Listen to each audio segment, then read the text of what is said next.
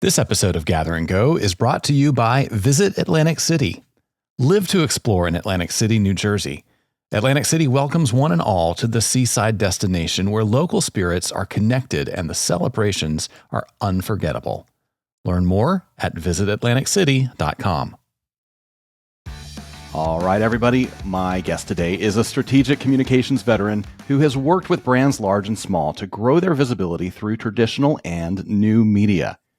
After building his own audience as a print and radio journalist, he launched Cultivate Strategies, which helps organizations with inventive ideas build trust among new audiences. He's also interviewed some of the world's brightest business leaders on his podcast, The Justin Brady Show. Justin Brady, welcome to the podcast. Thanks, Brian. This is super fun. I'm honored to be on the show. I am so glad to have you here. You know more about communications than most small business people ever knew existed to know about communications. Let's hope. Well, yeah, or else this is going to be a total waste of everybody's time. Who's this guy? Yeah, right. No, so I want to start with the term corporate communications. That's something that if you're on LinkedIn, that's a word you hear. If you're, reading the tech journals, if you're reading the Wall Street Journal, you're hearing terms like that. But I don't know many people that know what corporate communications really means. Or if they do know it, it sounds really stiff. It's kind of opaque. So help us unpack what people mean when they talk about corporate communications, and especially what it means in the context of small business. Sure. Well, corporate communications could mean a lot of different things to a lot of different people, but corporate communications, it depends on if you're talking about internal comms and external comms, both of which are intimately related. It's probably a rabbit hole we're not going to get into today. Yeah. But communications, I would assume most of your listeners are interested in external communications. In other words, how to communicate to their audience. Some people may call this like PR. Yeah. There's the nitpicky people are going to be like, they're not quite the same thing. And yeah, that's true. But for today, I'm assuming we're talking mostly about outbound communications, public relations, that kind of stuff. Yeah. But basically, it's how do you communicate with the external world? I think PR, a lot of people will incorrectly merge the idea of PR and communications. Or PR, they'll merge PR with like getting news or getting in the news, and that's what a PR person's job is. Getting in the news is a part of the job, but that's a tiny, small part of the job. So communications is very broad. PR is a little bit more narrow. I don't know if that helps, but there's generally, I see a lot of small businesses have a really big problem with getting their word out and communicating with the general audience. You'd think they'd be better at it, but it's really, really hard. Yeah. Why is it so hard? I think it's hard because baked inside of all of us, we are married to our own idea, and we see how valuable our own idea is. And we're not wrong. You're not wrong. Like a lot of your listeners have this unique way of going about their business and about travel planning and about picking the right destination and the nuance that goes with that, understanding the lay of the land. They know a lot about it, and so they naturally see how valuable that is to their customer. They're not wrong, but we often lose sight of the customer's viewpoint and the fact that they're terrified. Like some people are terrified of international travel and knowing the land. I mean, there's a lot there, and so that when we lose track of a customer's where they are in life, how a customer views our product or services.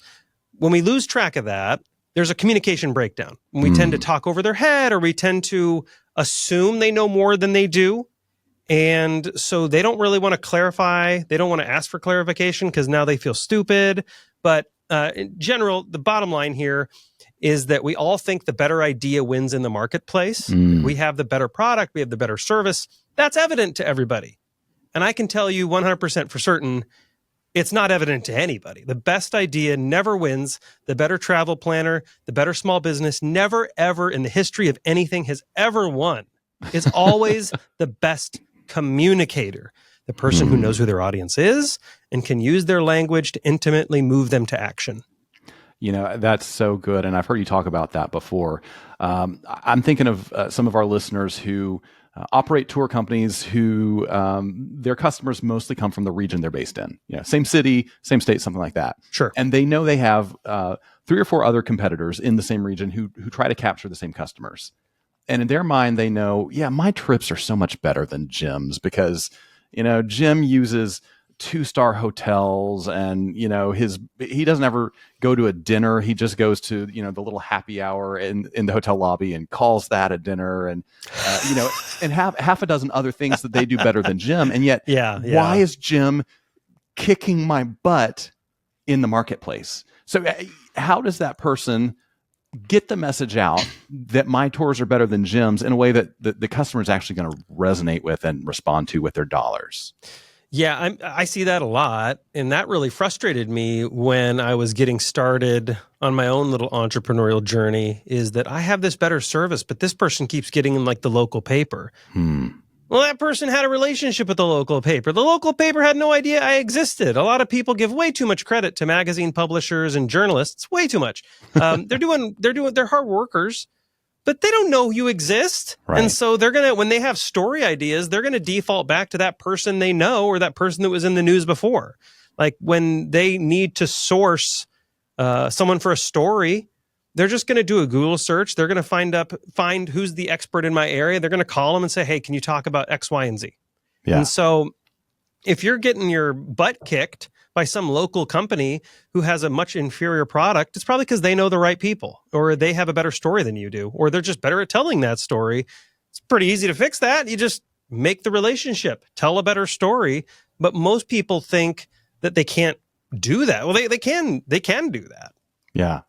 How would you suggest someone start to get outside their own tunnel vision and discover what their story is? You were saying some people, they think they know what's best about them, but they can't communicate it because maybe they don't really know what the customer's looking for. How do you break free of your own limited vision and find the story that is actually going to work? Yeah, it's about spending time with customers and not selling. And man, that's like, I don't know what that is, but it's really, really hard because when a small business gets a customer in their site, they start to like, well, this is too big of an opportunity not to sell. And it's about spending as much time. I think this is I probably butcher the pronunciation of this. So I'm sorry to all the Japanese viewers, but it's one of Toyota's design principles is Genshi Jinbutsu, which means go look, go see. And really simple concept, which means get your head out of the data. Go talk to people, go listen to them, go observe. And so I think I might butcher the details here, but Matthew May writes a little bit about how in Toyota, one of the, I think, new recruits maybe to each, I don't know if it's each dealer or if this was a corporate thing. I can't remember off the top of my head, but they would draw a chalk circle around a new recruit and say, go, just watch how customers interact. And then they would leave them. And then they'd come back and they'd say, what did you learn? If they said nothing, they said, you need to watch more. And they would leave them. And so people don't spend, and that's Toyota, that's more design related, but basically it's spend time with and watch the habits of your customers, obsessive over them. And so real briefly, what most people can do is just spend more quality time with your customers that doesn't involve selling at all. And so if you're going to go to, I don't know, local chamber event, if you're going to go to a conference, whatever that is, ask about them obsessively. Don't pitch yourself at all. If they ask about you, that's fine. Go ahead and, oh yeah, sure, blah, blah, this is what I do. But I want to know about you. And build a profile, find out how they tick, find out what keeps them up at night. If they learn you're in travel, they'll probably say, well, tell me about that. Well, travel's intimidating for people. Have you ever been intimidated traveling? Put it right back on them and keep asking them questions. Harley Davidson did this, by the way, to break into I think they were doing a terrible job in the U.S. market, and they sent all their executives out on Harleys to biker bars. And they said, go talk to people. Just learn about how they tick. Do not talk about Harley. You're not allowed to. If they ask about your bike and how cool it is, that's fine. Say, yeah, I love it. But then talk about them. And that's how they got all this information about people on Harleys, like people in the biker community, the people who are like BA and cool. They believe in customization, like that makes you cool. And so Harley built their bikes in such a way to make them more easily customizable. And so, but like I tell customers this all the time. I tell clients the power of just talking to people, taking notes and listening to them. And at the end of the day, it takes time and people just don't do it. And so if you don't do it, your customers are going to run circles around you. This is making me think of what might be the very first conversation you and I ever had. I'm thinking of a conference like 4 years ago where we had a conversation and you were talking about the importance of figuring out what questions customers are asking. Yeah. And using their questions to kind of shape your communication strategy, your SEO strategy. Give us, pull back the curtain on that. How does that work? How do you find the right questions? And then how do you integrate that into your communications, your website or your social or whatever it is? I mean, there are highly technical ways to find out what questions people are asking. You can sign up for tools like SEMrush or Ahrefs and those tools. Ask the People, I think, is one someone tell me about. I've never actually used it. But so there's very technical ways of finding out what people are searching for, if this is an SEO question. But the really simple one is just, again, I just call it the notebook method. It's not, and I actually figured out later, someone else already wrote the book literally on this. His name's Marcus Sheridan. I think it's They Ask, You Answer, something like that. Mm-hmm. Yeah. But the guy's a savant, great dude. And the concept is simple, which is pay attention when customers are asking you questions. Like they're giving you goldmine information. So what I do is I just take, like I have a notebook and I write a line on my notebook whenever I'm talking to new customers or existing customers, and that space is reserved for questions. And if they ask me an expertise related question, like, Justin, tell me about how if they ask me a question like that, that's going in my notebook. And that might be a good headline for a blog post on the website or a good topic for a video. That's where all my topics come from, is natural questions people are asking. Or sometimes, like if I post something on LinkedIn, someone asks a question, a comment on LinkedIn. I'm like, oh, that's a pretty darn good question. So just paying attention to what people are asking you that can be a really great marketing strategy, because if your customers or your potential customers are asking you questions, they're physically asking you those questions, that's a sign. That's a signal that other people are probably asking and Googling those same questions. And as AI search gets more and more powerful, it's going to be more important to be answering questions that people are searching. Wow. That's huge. So I want you to speak to the solopreneurs, especially in our audience, or people who maybe run a mom and pop company, 2-3 employees like that. These folks have a million things to do. You know this. You're a solopreneur. Yeah. A million things to do. And For no sure. matter how productive your day is, there's 10 things you didn't get to, right? Why should people in this situation carve out the time or the resources to plan and execute a communication strategy or work on getting media coverage or things like that? Why is that going to build their business instead of just being a time suck? Oh, sure. Yeah. I mean, if you want to, I guess my initial thing was, well, do you want to grow? If you don't want to grow, then don't do that stuff, And some people don't want, truthfully, some people don't want to grow. They're like, I'm good with the book of business right now. I'm fine. I don't really want to grow. Yeah. But if you want to grow, you need to communicate to new people. You need to draw new people in. So you should spend the time.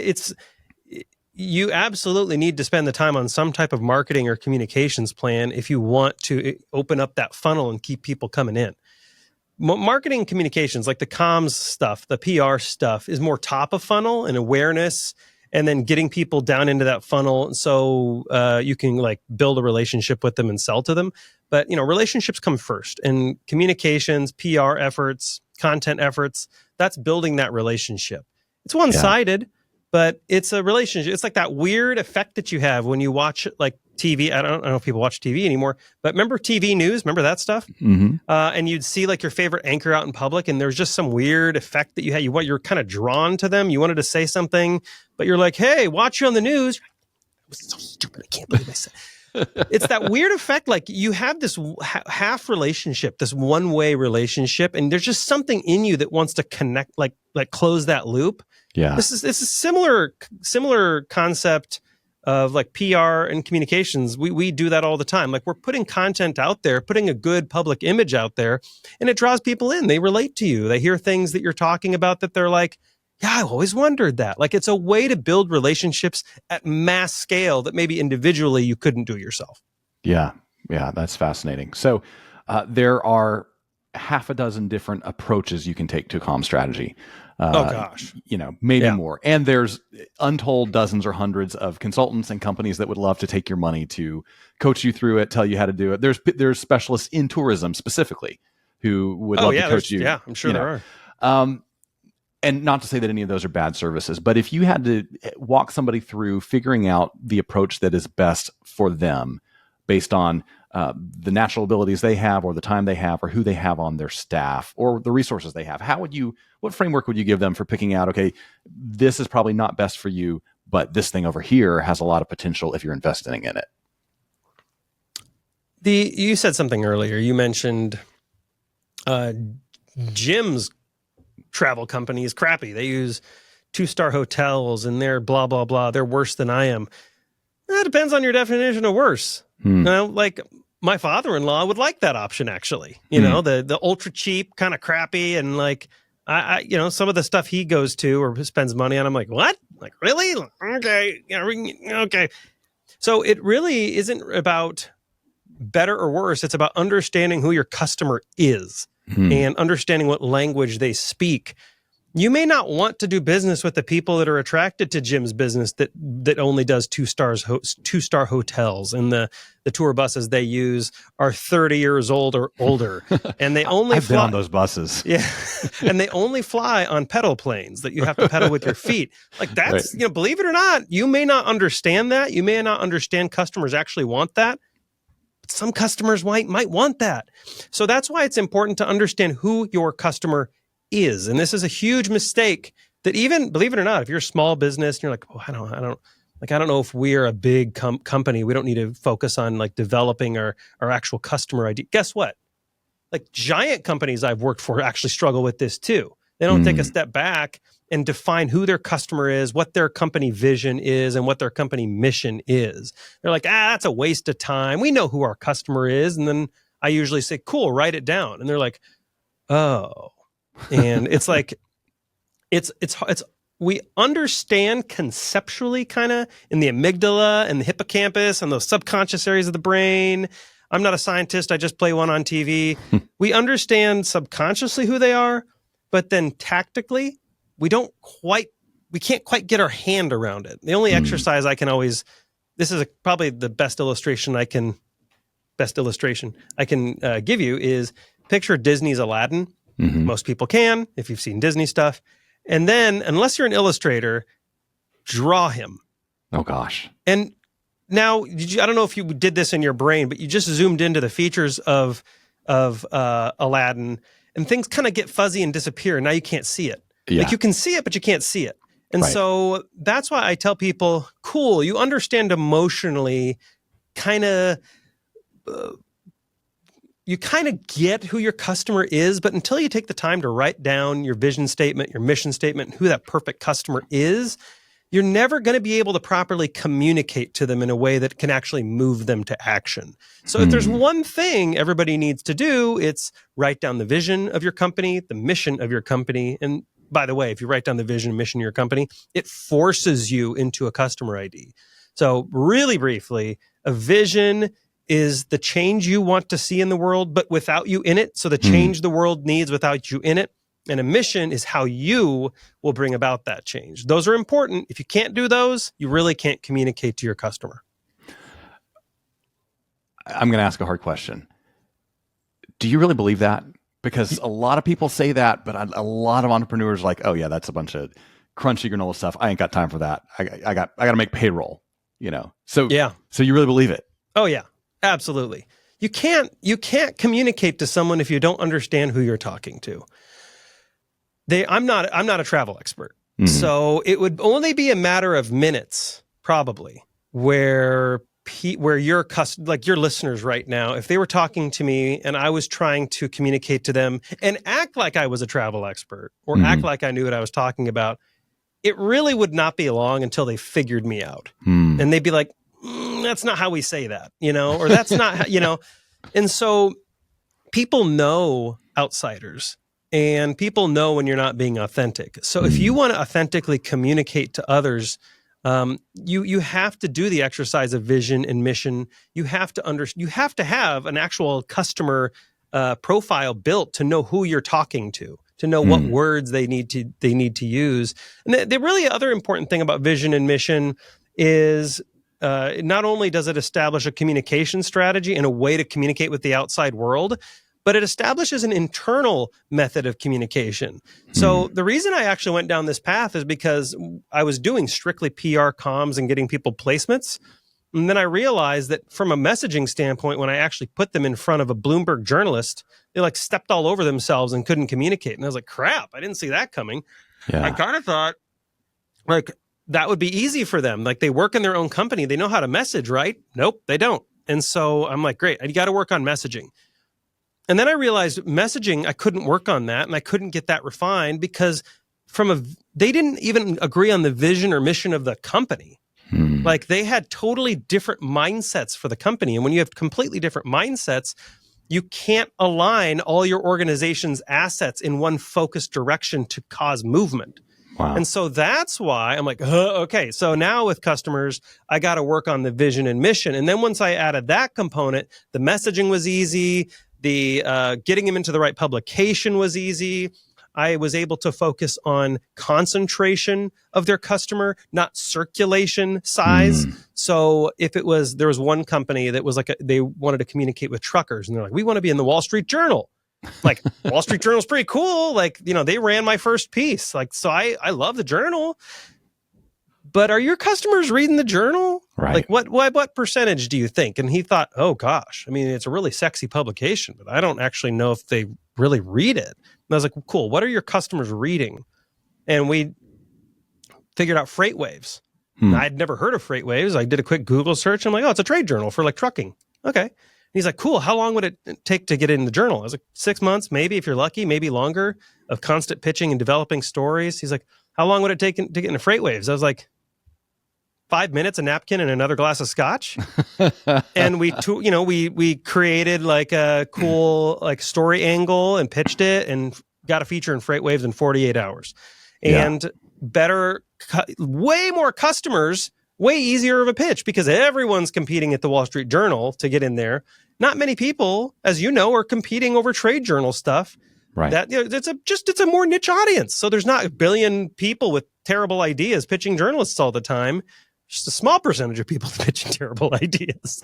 And so, it's really, really important if you're going to pitch a trade journal, it obviously has to be a really good story for them and their readers. Right. But that's a lot shorter. If the story's good, that's a lot shorter of a path, or a lot shorter of a path. But again, you can't do any of this stuff unless you're all completely aligned in the organization, vision and mission, all internal employees are working together on the same stuff.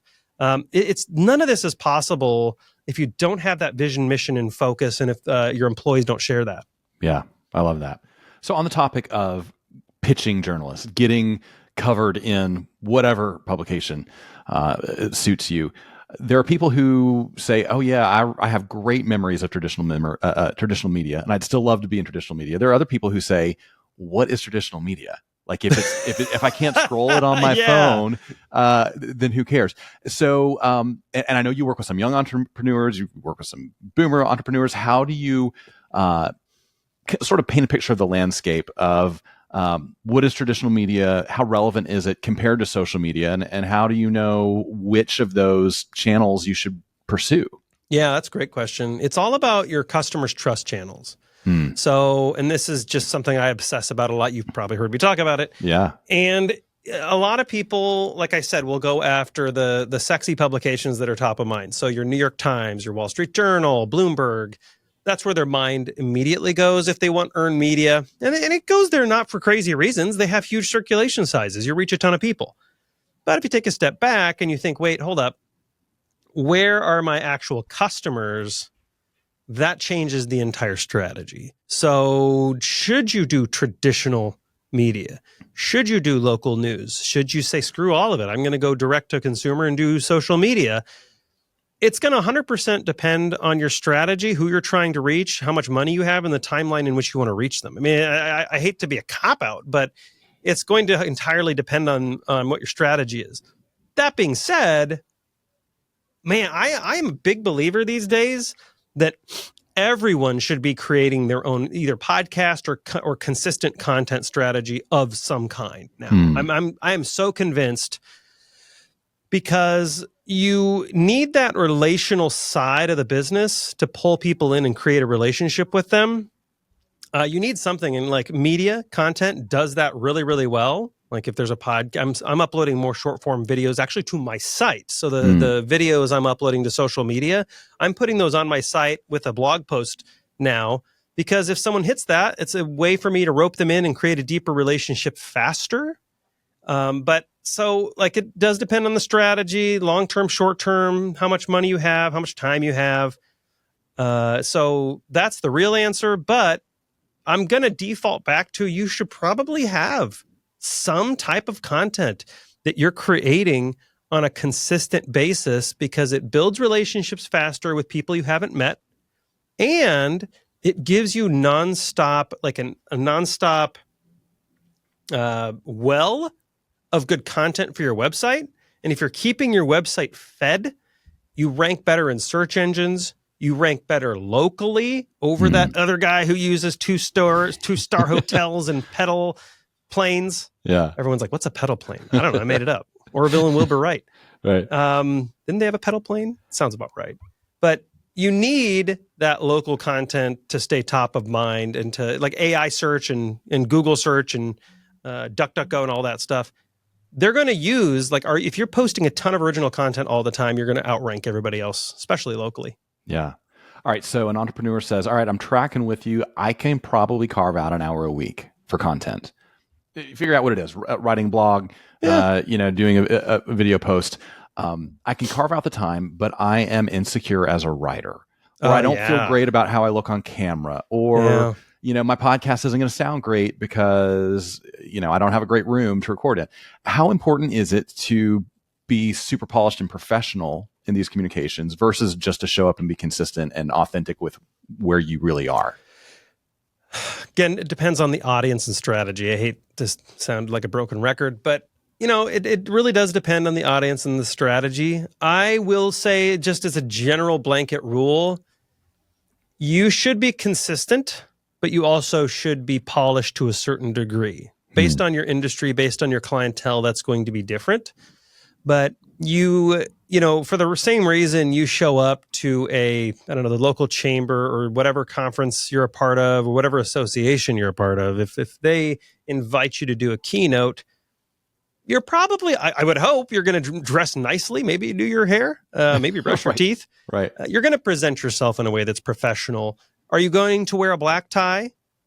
Probably not. But if you're going to the Grammys or Emmys or whatever, are you going to wear a black tie? Probably.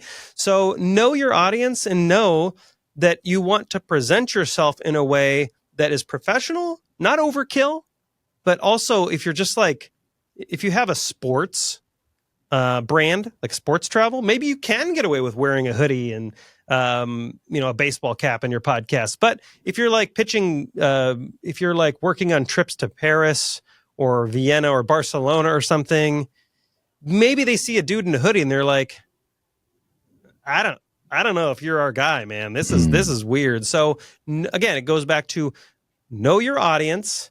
And if you're like, man, I want to be super polished and professional, but I can't do that every week. Great.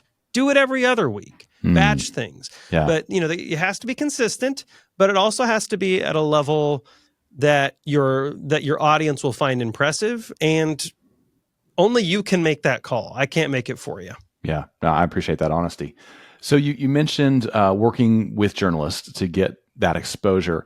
You have placed your clients in Bloomberg, Wall Street Journal, some of the biggest YouTube channels on the internet right now. Are there any keys that you have noticed to finding the right journalist, developing the relationship, and crafting a pitch that's going to break through? Yeah, it goes back to understanding the fact that journalists don't care about your brand. They don't care about you. They don't care about your industry. If you're seeing a pattern here, it's that they just don't care. Your mom cares about you, I'm sure. That's great. Your family cares about you. Wonderful. But the journalist absolutely does not. But they do care about someone. They care about their reader. And so you need to almost be their partner in creating a great story, and you need to take on the responsibility of helping them reach their readers. When you do this, and when you come with that mindset of value for them, you'll notice getting in publications is actually a lot easier. It's not easy. It's always going to be hard. Even when you do pitch a story that, let's just say, God himself is like, that is the perfect story. It couldn't get any better. There's going to be a journalist that just doesn't see it and doesn't agree. That's fine. I worked with my editor at the Washington Post for like 5 to 6 months on a piece once about Google Glass and why it will fail. He finally killed it and said, it's just not a good fit. Plus, I don't think this is I think this is kind of irrational. Google Glass is obviously going to be a big thing. It failed. But that being said, he didn't see it, and that's okay. And, you're going to have the best pitch in the world that goes on completely deaf ears, and there's nothing you can do about it. But at the end of the day, you need to understand and learn a little bit about journalists and what makes a great story. And to do that, you need to understand their readers. Now, here's the cool thing is if you're targeting the right journalist, their readers are probably the same people as your customers because they should be the same. Because if you're selling, I don't know, like squeaky unicorn toys or something, and you're pitching that at the Wall Street Journal, that's probably going to be hard because their readers, not your customers. So you don't really understand what their reader wants. But if you pitch it at Toys Weekly, making stuff up, then their customer is probably their reader, is probably going to be in a similar group as your customer. So you're a little bit more tuned in with what they want. And so again, that goes back to circulation concentration, why it's important to know who your customer is.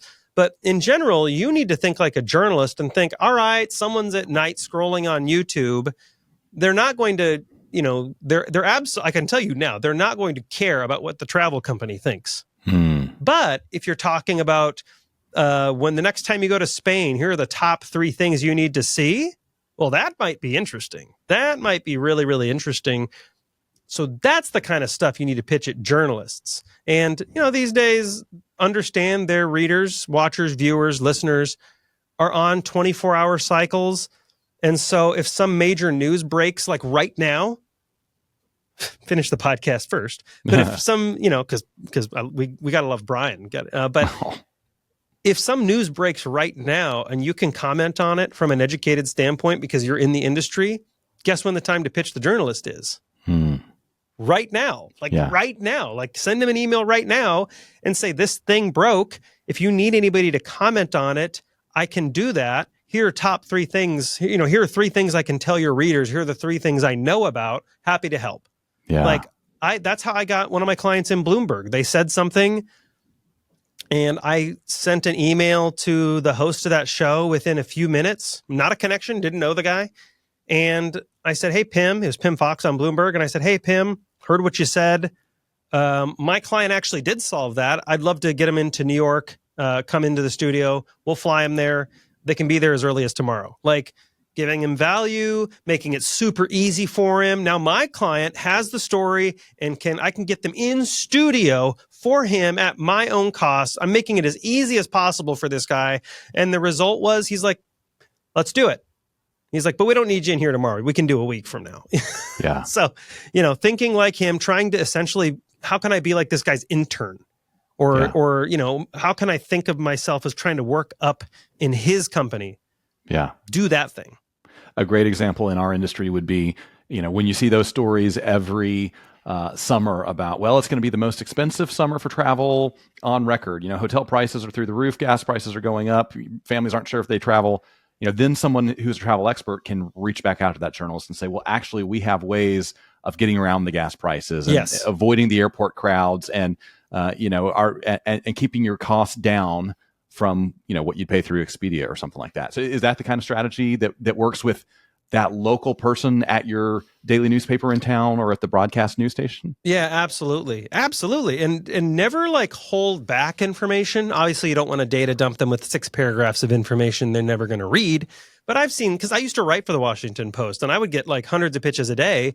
And I remember seeing people saying, I have an expert that can talk about this. And if you book an interview, we're happy to tell you about what they can talk about. I'm like, delete. Right. Like, I'm not, are you serious? Because I'm going to email this person and they're going to turn out to have no clue because they're probably trying to scramble to find something, right? So no. So there are times when you feel like you're giving them a story and you're just putting yourself out there hat in hand, and maybe they can just take the story and run away with it and not credit you at all. Yeah. If you feel a little exposed and you feel as if you've given too much and you've given them something so great and you could possibly be cut out of it, you're doing it right. Yeah. If I do the work and I build that relationship and I finally get featured on the local news in the trade publication of my choice, whatever, what's going to happen? Is my phone going to ring off the hook? Or is that just one brick in the wall I'm trying to build? Yeah, I mean, Taylor Swift will probably come to your house tomorrow. You'll be an overnight celebrity and have 1 million followers on X. No, I mean, that's the assumption, because we see that those tiny little stories of that one person that hawked to it all over the internet and got 1 million followers and then did a crypto coin and disappeared off the face of the planet. Yeah. Don't look that up, by the way, audience. That's not something you want to know about. But the hawk to a girl, but maybe there could be some other odd things that come up. That's just the pop culture reference of the month. Yeah. But yeah, so does that stuff happen? Sure, of course it happens. It's rare. It's not going to happen to you. But yeah, I guess maybe it could happen. But in general, those things are they build a positive brand trajectory. There are no overnight successes. Your phone's not going to ring off the hook.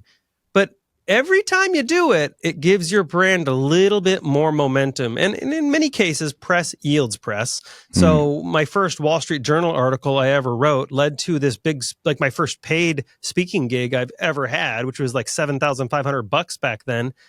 Full disclosure, that was the only paid speaking gig I've ever had. And well, actually, that's not true. I've had a few others, but like for 50 cents or something. Right. But in general, no, your phone's not going to ring off the hook. It's just going to be one, like you said, one brick in the wall. That's why so many people, I've had clients in the past, still good relationships with them, but they're like, they get this one got this feature in something. I don't remember what it was.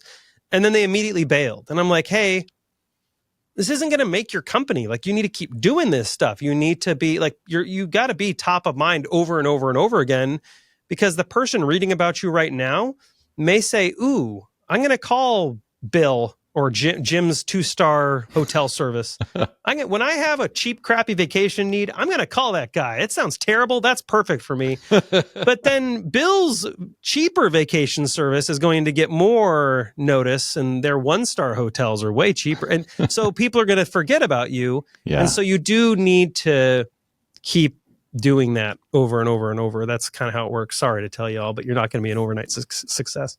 Yeah. But there are ways to leverage that visibility, right? So you can put as seen in, the Lexington Herald Leader on your website. You can quote the journalist. I have that on my website right now. No, just kidding. But you can quote the journalist. You can get a hold of that video and embed it on your website. I mean, there's lots of ways to leverage that little bit of credibility so that it pays dividends over and over. Oh, of course. Yeah. I mean, that's like getting the Wall Street, as seen in the Wall Street Journal on my site, was like killer, because it's the Wall Street Journal, other publications are key trust channels. Everyone's surrounded by a bunch of trust channels. We take shortcuts to absorb new information, because we don't just, all information out there is too overwhelming. So we take shortcuts. Those shortcuts are trust channels. And so one trust channel that someone may trust, channel they get information from, may be a publication. And so if we said the Lexington, because you're in Lexington Herald Leader. Yeah. Lexington Herald Leader. So if I'm in Lexington, Kentucky, and I'm looking through websites and I see that you were featured on there, my natural instinct is, well, journalists do research. They put people through the ringer. They're not going to put on some random psychopath scammer from some other country that's trying to take. They're not going to put them on. This is probably a legit company. And so, yeah, if you get those big press hits, are people going to read it, follow you, do business with you? I mean, maybe, if you're lucky. But in general, it's a long game. And those stamps on your website, or the fact that you were mentioned somewhere and you can link to it, that's just a credibility booster. That's big. Yeah, absolutely. Well, Justin, I could take the rest of your day asking you about all these topics. I want to make sure our audience knows where they can find you, where they can find the Justin Brady Show, how they can learn more about what you do, and maybe connect with you. Justin Brady Show is justinbradyshow.com. And then that also goes to my website. So that's probably the best way. We just had a YouTuber with over 1 million subscribers, and I asked him how did you get over 1 million subscribers? That's crazy. So we just had him on the show recently. Yeah, excellent. That's a conversation worth checking out. Justin's also a great follow on LinkedIn. You can see a lot of his content there, and so I'd encourage you folks to look him up and connect. Now, Justin, before we let you go, we have some questions we ask everybody. These are just for fun. Someone asked me, I did one of these yesterday, believe it or not, and one of them was, what's the oldest language? Do you know what it is? Putting you on the spot now. Proto-Indo-European. Sumerian. And I actually got it. What? Yes, I got it right. I couldn't believe it. I was like, thanks, Mom and Dad, for my Bible major. So Sumerian, there you go. If it ever comes up in a quiz or trivia, it's Sumerian. Well, sorry, go ahead. These questions will be much easier than that, I promise. So when you travel, do you book a window seat or an aisle seat? Aisle. Because I like to stretch out a little bit, and if I need to go to the bathroom, I don't want to step over anybody. That's the whole thing. I don't want, especially like an overnight flight, like overseas, I don't want to have to disturb the person next to me. I love the window. I want the best of both. Maybe I just need to fly private, but I'm going to look for the article you guys published on how to do that for economy class. I want the window because I love the window, but I do like access a little bit better. Yeah, I hear you. What's one thing in your carry-on you wouldn't travel without? Does anyone ever say the middle seat, by the way? No, never. Good. You're psychos, psychopath. What's one thing in my carry-on I won't travel without?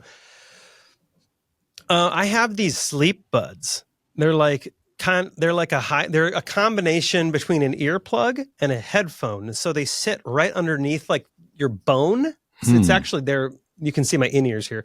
They're actually small, way smaller than this. Wow. And so they almost look like a hearing aid, but I use those because they play a white noise. And so whenever I'm traveling, doesn't matter what the sound profile is or how noisy or how quiet it is. I mean, sometimes if it's too quiet, it's really eerie. Yeah. So I just travel with those all the time. And I always have a consistent sound environment so I can fall asleep really quickly no matter where I am. Oh, I am envious, especially on a plane. That's a great awesome tip. Yeah. They're called, the company was bought. If anybody wants to go Google them, they're going to go Google Bose Sleep Buds. That company's out of, Bose doesn't make them anymore. A company called Oslo Sleep Buds bought the rights to the technology, innovated and made it better. And so that's the company now. Yeah. If anybody was freaking out and saying, I want those and I can't find them. They're called Oslo Sleep Buds or something now. Yeah. Cool. Good tip. So if you had a free airline pass and a week with nothing else to do, where would you be headed next? I've never ever been to Japan in my entire life. So it would probably be Japan via this is, I'd of course need first class seats if that's what, are you giving this away? Is this a giveaway? This is a hypothetical. Oh, okay. Well, a guy can dream. Yeah, that's right. Yeah. Japan is hot right now. Is it really? Yes. Everywhere I look, I'm hearing people talk about travel to Japan. So you're definitely not alone in that. It looks like a really cool place to visit. The culture looks cool. The food looks cool. The nature scene looks cool. The cities look, it's just it looks awesome. I want to visit soon. Yeah. Fantastic. Okay. Last question. What is one thing you have seen or done on the road that you wish you could go back and experience again with somebody you love? Ooh, that's a hard one for me because I've done all the things that I've seen or done and travel on the road. I already experienced with someone I love. My wife works remotely and so do I, obviously. And we both travel together. So there are very rare occurrences when she has a business thing and I have one in a different city at the same time. In those cases, we split up, but we travel together. So in some ways, it kind of feels like we're retired already. Yeah. And so all these incredible travel experiences we've had on our business trips, we've experienced all of them together. So I guess I don't have an answer for you. Well, that's a great way to go through life. And your wife works in tourism, right? She's involved with a travel company? She is, yeah. She focuses on students, so choir and band. So art students doing group trips to various destinations. Yeah, I bet some of the people she works with are in our audience and listening right now. So I bet you're right. Yeah, excellent. Justin, it's been a pleasure, man. Thanks so much for joining us on the show. Thanks, Brian. This was so much fun. I appreciate the invite. Hey, thanks so much for joining us for this interview. I want to let you know that conversations like this are just part of what you will hear if you tune into a full episode of the Gather and Go podcast. When you listen, you'll get travel news you may not hear anywhere else, along with some really helpful road tips, some smart analysis, and maybe even a hot take from me about issues that are impacting travel right now. Now, you can hear this full episode along with many others by searching for Gather and Go in your favorite podcast player, or you can click on the link right below this video or one of the videos right here to my side. Thanks for watching. We'll see you again soon.